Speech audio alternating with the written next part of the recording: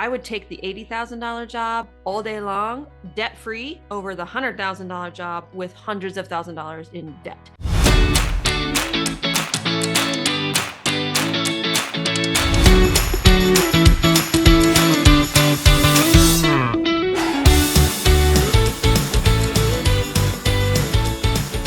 Hello and welcome back to the Quiet Wealth Podcast. I'm your host, Camilla. I'm super excited that you're here, and I have an amazing guest today. And we are going to be talking about how our daughters got through college debt-free. They were able to finish their college education and not be in debt up to their eyeballs. We both have different experiences on how our daughters did it. So we thought it would be super helpful to get together on this podcast to give you some ideas and tips and tricks, because you're probably in that time of life where your child is approaching college, or maybe they're in college already. And it can be a huge financial burden for both you and the college student if you're trying to help them with it. And so I'm just super excited to welcome Sharon Riddle to our show. Welcome, Sharon. Thanks for being here. Well, thank you so much, Camilla. I know that we've been working to connect and make this happen. And this is the topic that we're going to discuss together. Yes. I know we've been talking about, well, what can we talk about on the podcast? And then when I posted about my daughter graduating debt-free in December, she was like, oh my gosh, we need to talk and we need to do this. So it's going to be a really great conversation. So I'm going to let you go first, Sharon. I want you to share, just tell me a little bit about your daughter, kind of what degree she went into, and, just give me a little bit about where she is in life right now. Well, where she is in life right now is she is in Washington, D.C., and she is a senior consultant with Deloitte. She did have a double major from the University of Denver. It was in international studies and economics, and a minor in Asian studies. So she is a Mandarin speaker as well. And she also has a higher level clearance. So that's part of what she got along the way. We can talk about that as we move forward. Nice. Okay. And then for the listener, my daughter just graduated in December from a university in Hawaii with her degree in computer science. So a couple of questions. So Sharon, let's talk about the high school phase. What did you do during high school to get your daughter ready to go to college, to kind of tee her up to be able to graduate debt-free? Well, one of the things that we did in college, I will say she was very self-directed. She ended up transferring schools. She was in a private prep school. She ended up going to public school in Denton. But part of that was because she could get more classes that she wanted to take. And she was very conscious about how she was going to look to the universities that she wanted to apply to. And another thing that she did was she was in speech and debate. So she wanted to make sure she had those extracurricular activities, which you are screened for. And many of us do know that. They're very important. So those are some of the things that she did. But we were also really working on budgeting, certainly costing out what universities would cost. That was something that her dad was certainly asking quite a bit. Yeah. With my daughter, teeing her up in high school was actually really challenging, because we were in a phase of our life where we literally were moving almost every single year, because of my corporate job was just kind of taking us all around the country. And so she did 1 year of high school, her sophomore year of high school in Utah, her junior year of high school in Atlanta, and then her senior year in Phoenix. Now, that is very disruptive in high school. I mean, first of all, your GPA, because you're not settled and you're trying to do it. She did really well, and she graduated with a 4.0 GPA because she applied herself. However, like getting involved in all those extracurricular activities, getting leadership opportunities, which look really good on her college resume, were very, very difficult for her, because she just didn't have the opportunity to be established in one area that she could do those leadership opportunities. She had some through our church. I mean, we did as much as we could, but it's not like she was going to be elected class president, right? Because she's brand new to every little school, every school that she goes to. And so that was kind of one of our challenges, was building her resume. So pro tip for parents is that if you have a child that wants to be going to college, you do need to build their resume. I know a friend of mine here has a senior in high school, and she's having him volunteer at the library for, hours and hours so he can have that on his resume. So there's little things like that that you can do just to show that you are a little more robust. Sharon, talk to me about grades for your daughter. Was she a 4.0 student? Did she graduate in top tier in her class? She was definitely top tier. Mm-hmm. And so I think that's part of the reason why the application people were really looking at her. And actually, they were sending her information to certain universities, including the one that she selected. And Sharon and I took different approaches to finding colleges. It was a similar approach, but I was DIYing and Sharon hired someone. Sharon, I want you to share what you did. You actually hired someone to help your daughter evaluate colleges, right? I did. Actually, I hired somebody to help her with the application process. And I was very aware that some people who were in prep schools, that's part of their counseling function, but you don't necessarily get that in every school. Well, the school that she was in, the high school that she was in, that was not part of their counseling function. I did offload that. I did contract that out and pay for somebody to do that. It was somebody that I knew. That was fortunate, but it also allowed me to stay focused in my business, which is a real estate business. So that's just how I could keep my sanity, to be quite honest, because as you and I both understand, college applications, it's a whole cottage industry, to be quite honest. Oh, it's more than a full-time job. I just went through it with my second daughter and just got her moved. I literally just got home 2 days ago from moving her to the University of South Florida, and I'm exhausted. I am so tired. It's just a lot to get them in and figure it all out. And so my first daughter, our thought process for college was, okay, we knew she wanted to get a degree in computer science. We also had a discussion with her about what kind of school she wanted to go to. Did she want to go to a really big school? Did she want to go to a smaller school that was a little more intimate? Would she prefer one that was close by mom and dad or really far away from mom and dad? And what were the things that were important to her? And then we also had the discussion with her about how much each school costs. And we've mapped it out, and you have to figure out what each school costs. And there's a huge difference in the cost of degrees at certain schools. Did you find that as well? Oh, definitely. Wide price range. What we discovered too, and Dean was kind of digging through this with Nora, add up all the expenses, not just the tuition, but you're going to have housing, you're going to have a meal plan, all of these things. So, yeah, we really were very cost conscious and still got her in a private university. So let Yeah, me ask you this. Did you guys help her in any way financially? we did. Okay. And how much did you help? Well, I will say, she had a part-time job that was on campus, Mm-hmm. but we were able to couple our help with a reduction in housing and tuition by having a partial scholarship, which I negotiated with the applications department. It was really more the budget. The financial aid person was also in charge of the budget for the university. And I came armed with some research, and I hired somebody else out again here. It was a person who was a national scholarship and grant expert.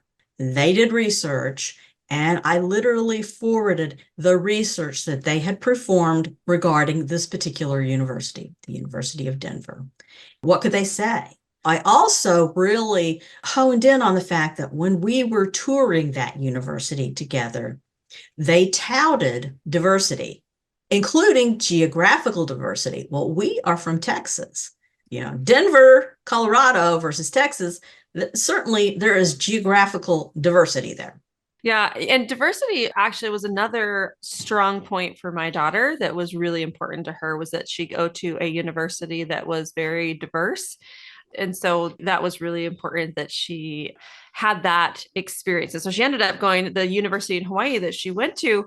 Almost 50% of the students there were international students. And there are many international students also at the University of Denver. And Oh, Nora yeah. found that out, especially since she decided to tackle Mandarin Chinese as her language. Here she was Yeah. in her Mandarin Chinese classes with international students. I love it.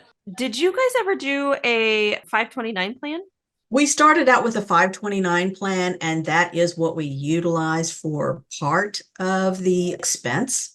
Yeah. And I will say we also did utilize an inheritance as well. It just happened Okay. that Dan's dad, Nora's grandfather, Charles Riddle, passed during that time period. Hmm. And I'd like to share just a little bit about the story of Yeah. his mother's financial challenges. She paid for Charles's college education. Charles paid for Dan Riddle and his two sisters' college educations. Well, Dan and Charles and the scholarship really paid for Nora Riddle's college education. So you have multi-generational sacrifice to make sure the next generation has that college degree. Awesome. That's really cool. That's really cool that that can happen. I love the whole family supporting family, multi-generational families supporting each other. There's a really great book called The Rockefeller Way, where that's kind of how the Rockefellers did it. And they tried to like set things up so that the families could help each other generations. That's really cool. So for my daughter, to answer that question for us, did we help her? We did. We were not fans of 529 plans, and I've talked about that before. I'm just not a fan of a government plan that feels very restrictive. And then also, we just weren't sure if our kids were actually going to be going to college or not. And so we wanted to make sure there was something more flexible. So for us, when the kids were little, now keep in mind, we have 5 children. So, and we had them within 8 years, and we were broke when we were young. I was the stay home parent. We were on a single income, and we just didn't have a lot of options, a lot of extra money to be able to save for a child's college someday. And it wasn't until I went back to school, got my MBA, and we became a dual income family. But that didn't happen until I was almost 40. And my oldest daughter was actually already starting college at that point. So for us, what we did is we tried to save a little bit of money here and there. We just opened up a brokerage account that we had and we put a little bit of money in there. And then Travis's dad also contributed to that fund, a little bit. I think it was like $50 a month per kid is what he was trying to help us out with. And so there was some money in there. And so what we told our daughter, we said, hey, we have $10,000 for you. We have set aside to help you with your college. And this is actually, we decided this is what we're going to do for all of our 5 children is that we're going to start them off with $10,000 to get them going. And so with that $10,000, we sat down, we looked at again the colleges, how far that was going to get her at specific universities. Now, if you've done any research on colleges, that might just be tuition for 1 year or even less than a year. That might be tuition for half a It's not, year, right? it's not It's not a lot. much. No, it's not much at all. It's not much at all. And so this was the challenge and the trick for our daughter. So let's talk about scholarships, right? And now I know you mentioned that you hired someone to help you get scholarships. Did she have a bunch of scholarships going into college, or how did she manage that? She did have one, that did kind of lop off part of that. And it also included the tuition and the housing. Well, Okay. one thing to keep everything more economical, Nora always stayed on campus. Now, she did have an apartment on campus her senior year when she came back from Scotland, and we'll talk about that later. She was able to really keep that economical. Housing in Denver, oh my goodness. It is so expensive. Many things are expensive, but staying off campus was not an option for us. Okay. So this is another point, right? Is like figuring out the housing and what's going to be the right financial situation for your child at the university. So for mine, actually, keep in mind she's going to Hawaii, one of the most expensive places to live in. More than Denver, yes. It's more than Denver. But fortunately, the little community where she was going to college, there were a lot of options. And actually, on campus housing ended up being more expensive because if you had on campus housing, you didn't have a kitchen or a fridge. You didn't have a way to be able to provide food for yourself. So it was almost a requirement that you had to buy the meal plan. Mhm. We found the meal plan to be more expensive than her cooking for herself and doing for her own. So it just wasn't as flexible. So we elected to try and find off campus housing. And we lucked out. She ended up finding an apartment off campus. Now, granted, there were times when it had roaches in it. It was not a nice apartment, but she lived in Hawaii. So I'm like, you can deal with a couple of bugs, girl, if you can just walk to the beach and be right there on the sand. And she was able to live there for $450 a month in her rent. Now she did have a roommate. She had to share a room. It was definitely not a nice apartment, but we did find something that was affordable and that she could afford. So housing can be tricky, right? And so some Can be very universities on tricky. campus housing is definitely the way to go. Other universities off campus housing might be a better option. And you just have to kind of spreadsheet it out and figure out those Yeah, costs. if you pack in enough roommates Right. off campus, if you pack in enough roommates, Yes. because Yep. Yep. I saw that with my niece and my nephew, and that Yep. is what they did. Yeah, and so my other daughter right now is just speaking of housing. So she's going to University of South Florida. We trying to find housing for her, and off campus housing is the better option. However, they're very restrictive in that they won't allow roommates. They won't allow two people in one room. And I'm like, what do you mean they won't allow two people in one room? Because actually her twin sister went with her to work in the new business that I bought. And so she's just working there. She's not attending University of South Florida, but we could not find anywhere that would allow the two of them to live in the same room, to share a room. Like Tampa area has gone to just 1-to-1. And it's really interesting how that has worked out. And that's a lot more expensive. So That really the is. girls there. And there are some apartments here in Denton, Texas. There are two universities, University of North Texas and Texas Women's University. And there are some Mhm. apartments that also have the same restriction. It's one bed, you having more than one person in a bedroom. Mhm. Yeah. Okay, so now let's talk about working. Did your daughter work while she was going to college? She did have a part-time job. So Mhm. she was in registration. So she was able to discover many interesting things during that time and just how parents are so different. We expected Nora to be more self-directed, really, and Mhm. make some decisions independently. However, what she discovered working that part-time job in the registrar's office was, wow, a lot of helicopter parents, just saying it. Yeah. We were the same. We expected Tyla to be as independent as possible. Now, she moved to Hawaii, right? So it wasn't like we could just show up and talk to the registrar. Or we could do any of that. It was definitely more of a like cut off, and now she's on her own. Like we gave her 10,000 and now you're on her own. Now, Tyla did work. She did a couple of things. So she did work on campus as a tutor. So immediately upon starting, she did her first semester and got a job as a tutor after her first semester, just helping grade papers or something in the computer science department. So, pro tip for parents also is look for jobs within the kid's major. Does that looks good on a resume for them trying to get a job later on? So, if they can find somewhere within their major that shows that they are tutoring the topic that they've been studying, that's been really helpful for my daughter as well. Nora was also paid as a scribe. She was paid as a scribe, and there were some people who needed other students to take notes. They needed to do that, and that was a service she was providing to the university. That's awesome.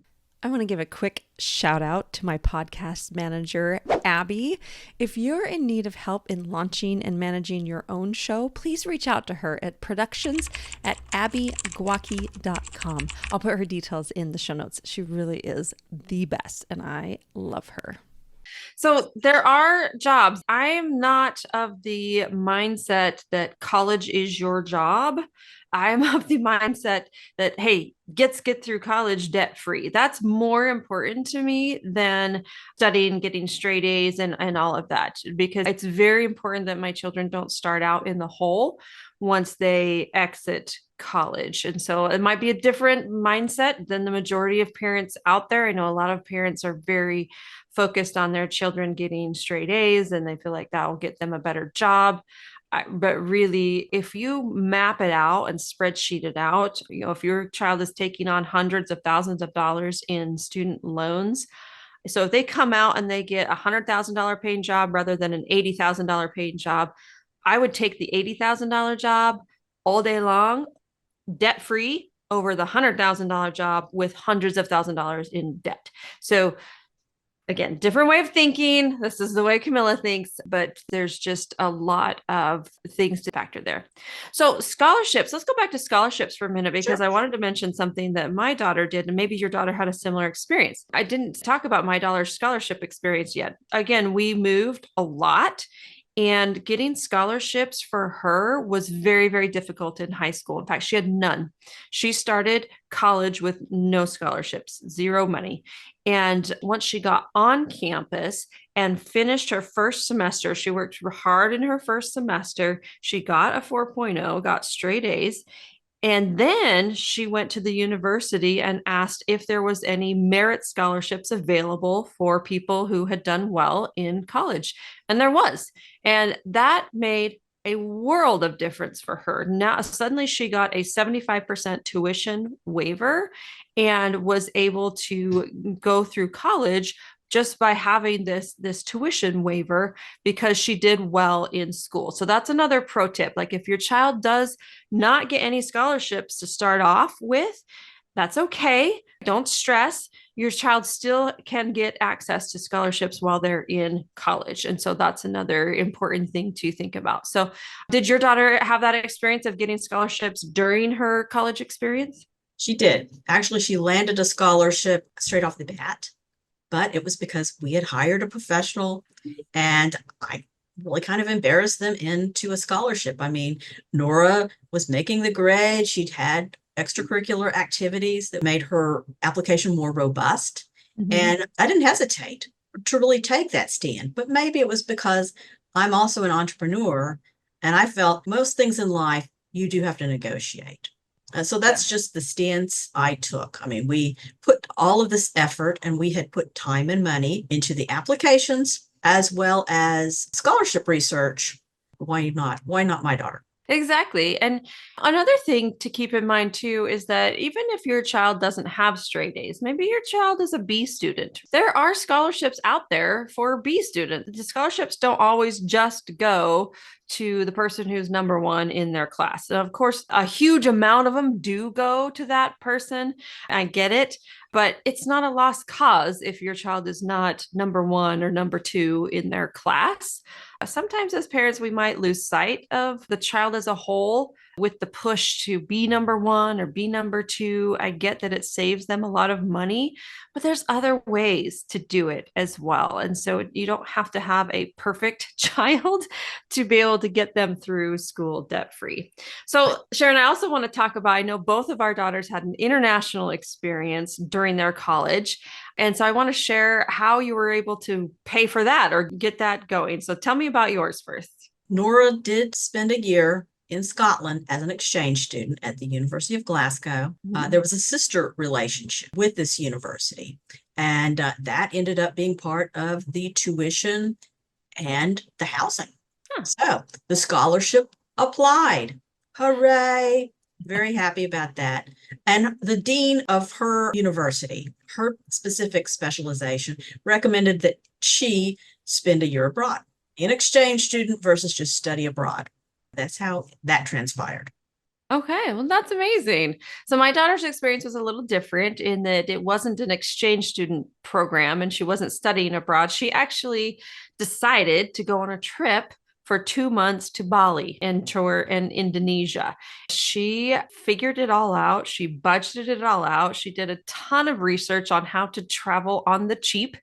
And she actually took that trip in the middle of her college experience and still graduated debt free. Right? It was not like she was living the super poor life. She was living tight and she did budget and she learned she learned how to budget. And it was so fun because her college roommates would come to her and be like, "Hello, what are you doing? I don't understand. Like my money is in shambles." And she actually ended up helping a lot of her roommates with their own budgets. And it was hilarious because she'd call me and be like, "Mom, college kids are terrible with money."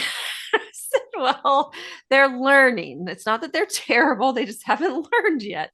So there's a lot to that. And in fact, she and I are actually working on a course that we will be sending out, shortly, have available shortly for college kids and money on how to manage your money in college so you can graduate debt free. And so she's going to be teaching all of those strategies. So stay tuned for that. It's interesting that you're bringing that up, Camilla, because Nora also had to teach some friends, even living in DC Mm-hmm. as Yes. a young professional. She's teaching some friends how to budget their money. Yep. And she was doing that in college with her roommate, with other friends. So it Yeah. was like budgeting skills. And for some students, especially if they kind of have helicopter parents, the laundry. It was like these kids, they're just sent and they don't have all of the skill set they should have. That's a challenge too. And there's part of me is feels very strongly that a child needs to be able to stand on their own two legs and feel confident in themselves. I just had experience. I told you I would just dropped off my second daughter at college and we had a budgeting meeting before I left that night. And it was kind of a reality shock for her of how much her bank account's going to get wiped out for her first semester of college and then how she's got to go get a job and work. And she's highly capable. She's a pharmacy tech. And so she can get a good job that's going to help Oh, her pay certainly. for all the things. She just had that I don't want to be an adult moment, right? That I think we have. And even my oldest, she has those all the time. Like, oh, adulting is so hard. I love this term, adulting. It's just hilarious. Yes, my daughter also uses the adulting term. So Adulting is hard. It is it's hard difficult. work. Sometimes even me in my mid 40s, I'm like, man, I really wish I could not be an adult today. But it's important for them to learn and to do that during this college time. The sentiment that my second daughter was expressing to me was that I want to be independent. She wants to be independent. She doesn't want to have to rely on mom to save her with her money. And I said, you're going to get there. You are absolutely going to get there. And we're working on it together. And it's going to be just this amazing thing when she can be independent because kids, it helps them so much. I mean, my oldest daughter, her confidence level is through the roof right now because she has so much confidence in herself because she did it. She got through school debt free and did it almost entirely on her own, except for that first initial 10,000 that mom and dad spotted her.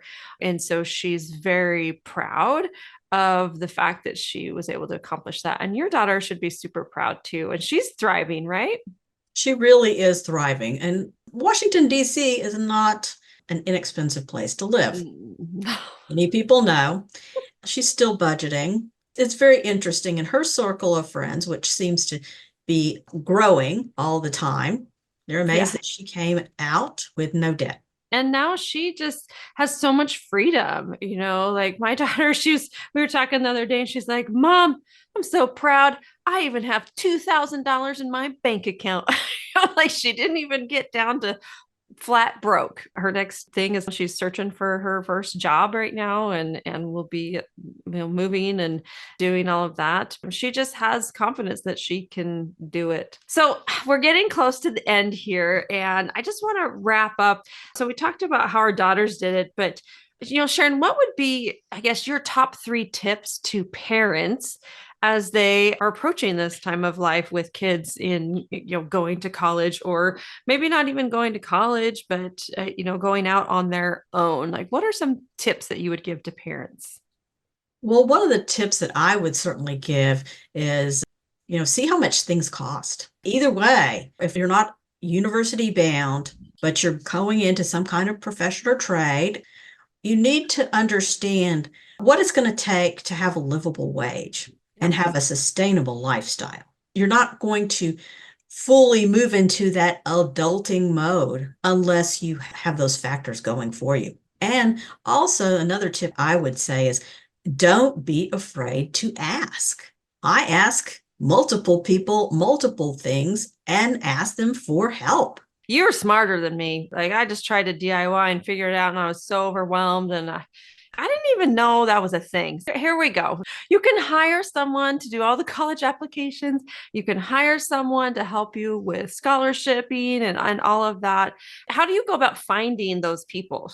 Well, first of all, I was fortunate regarding the applications person. I actually knew her.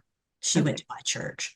But I'm sure you can research that and find people who do that service. You need to make sure that it's affordable for your family. So you have to do the research for that. And then also regarding the scholarship and grant expert, I had a fortunate moment because it was a real estate boot camp that I was at working with private lenders. And guess what? He was one of the vendors that they presented because many people, not only were they growing real estate businesses, but that was also an issue for them because everyone, a parent is a whole person too. So you have multiple things that you have to tackle as well. I was fortunate in that because I happened to meet this person, and guess what? I had that need. Yeah, for sure. That's super awesome. I'm so glad. Well, Sharon, thank you so much for joining me today just to talk about her daughter's experiences and give some tips and tricks out there to parents.